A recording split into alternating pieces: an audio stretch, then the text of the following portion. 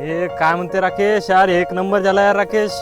साला 30 तारीख दिले सरकारने यार. आता आपला कर्ज माफ आता 7 कोरा होते यार आपला. वा, योग्य वेळ. हे आहे योग्य वेळ. हे बघ, हे आहे योग्य वेळ सरकारची. हे आहे योग्य वेळ.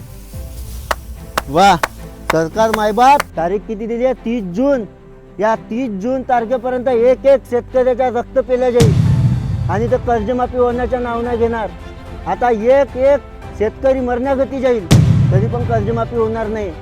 जेव्हा या उद्योगपत्याचा कर्ज माफ होते तेव्हा योग्य वेळ नाही राहत, नाही कोणती बैठक बसत नाही काही. पण शेतकऱ्याच्या मात्र कर्जमाफीच्या वेळेस यांच्या बैठका राहतील, यांना योग्य वेळ दिसेल. आणि जेव्हा आमदाराचं वेतन वाढवते तेव्हा यांना योग्य वेळ नाही दिसत.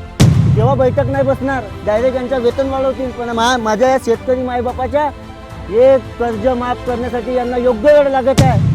आपला देश कृषी प्रधान देश म्हणले जाते, पण आपला देश कृषी प्रधान देश राहिलेला नाही.